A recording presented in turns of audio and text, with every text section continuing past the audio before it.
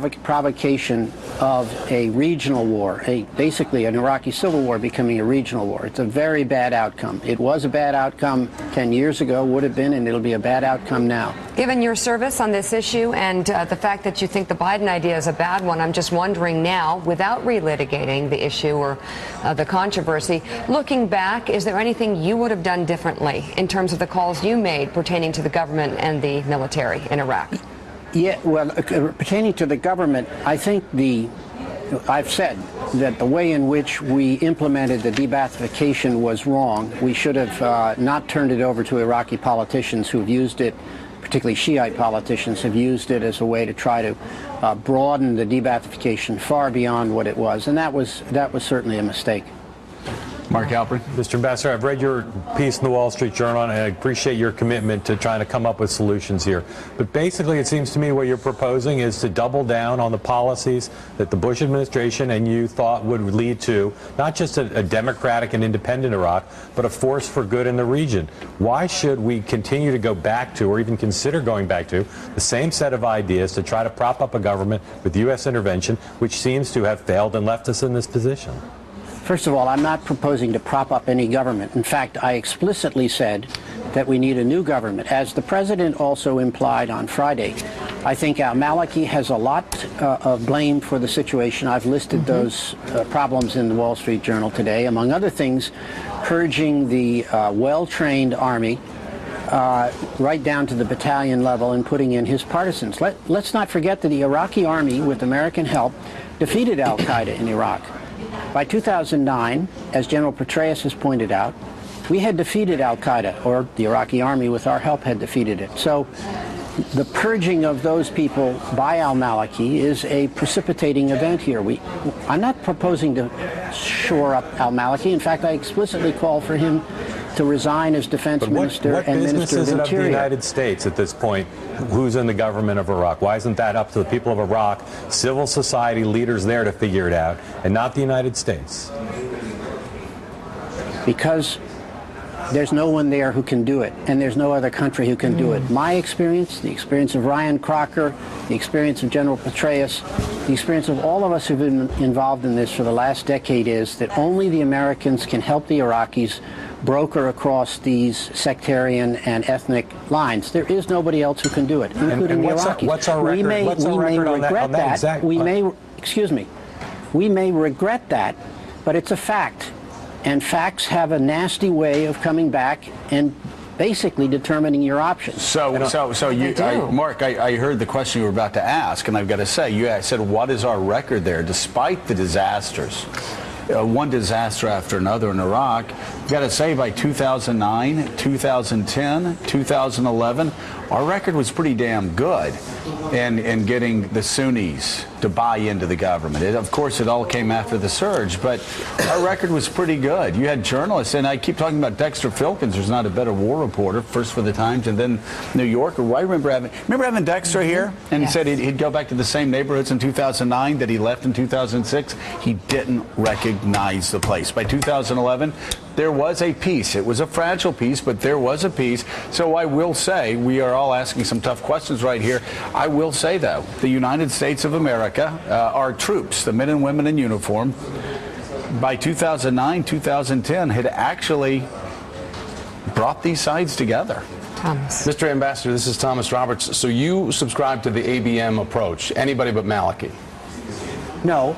I didn't say that Maliki had to leave as prime minister. He, after all, won the election. This, by the way, was the 6th election that the Iraqis had since liberation. It is a democratic government, which is rare in the region. They live under a constitution which is a liberal, progressive constitution. Now, can there be success, though, Mr. Ambassador, if Maliki's there? I'm sorry? Can there be success if Maliki is in power? Yes, there can be, as long as it is a broader, more politically responsive and representative government. I don't think we should take positions in trying to choose who is the leader. What we can do, as the president began to do on Friday, is to say that there has to be a broader political base of operations for us to make the commitment to come in and help. But Mr. Ambassador, we were there in 09 and 10 and 11, and we were there pushing Maliki every step of the way. He always made the wrong choices. He was always exclusively a Shiite first. How do we do that unless we surround him with 10 American generals every day with every decision that he makes?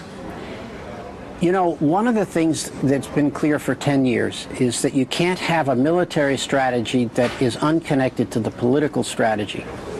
The big mistake we made was pulling our troops out in 2011 because it took away our political influence. Al-Maliki's real moves came after the troops left, and we lost our influence over him. He quite understandably, from his point of view, concluded that we didn't really much care what happened in Iraq, so he went off in a Shiite direction. We will not be able to have influence there over the future unless we are also willing to help whatever government comes out of these recent elections, right, help them militarily. So the two things are connected. They've always been connected. All right. The reason why President Obama won in 08 and then was reelected in 2012 was following through on promises of getting the American people out of two different wars, one being Iraq, a place where we really never should have been in the first place. So how can we continue to invest in a country that, for many people looking at this, would say they don't want us there and they are not willing to take our democracy like instant oatmeal, that we can just package it up and export it to them and it's going to work? Well, you made a number of points. I don't know how many of them I can answer. First of all, we did not impose democracy on the Iraqis. The Iraqis lusted to choose their own government. They've had 6 elections. The turnout in the first election after we left was higher than in any American presidential election of the last 130 years. The Iraqis want to choose their government.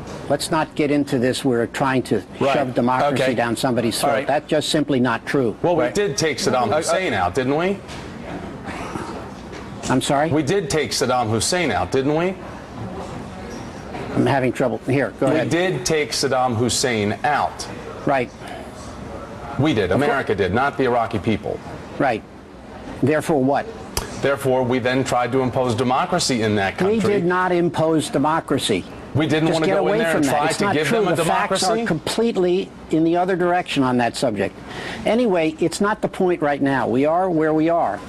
We have 2 very important interests: that Iraq not turn into a base of operation from the world's worst terrorist group, and that the political structure of the region that's been in place for 100 years does not collapse, threatening our allies, for example, the King of Jordan. Right. Those are American interests. We can discuss, and historians will discuss forever, how we got there. That's where we are today. Right. All right, Mr. Ambassador, I would love to talk to you for another, 3 hours. We've got a 3-hour show. Unfortunately, we don't have 3 hours.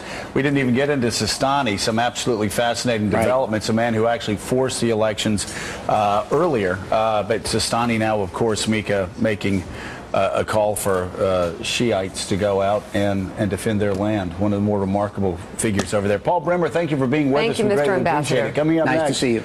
A man whose voice defined a generation. We're remembering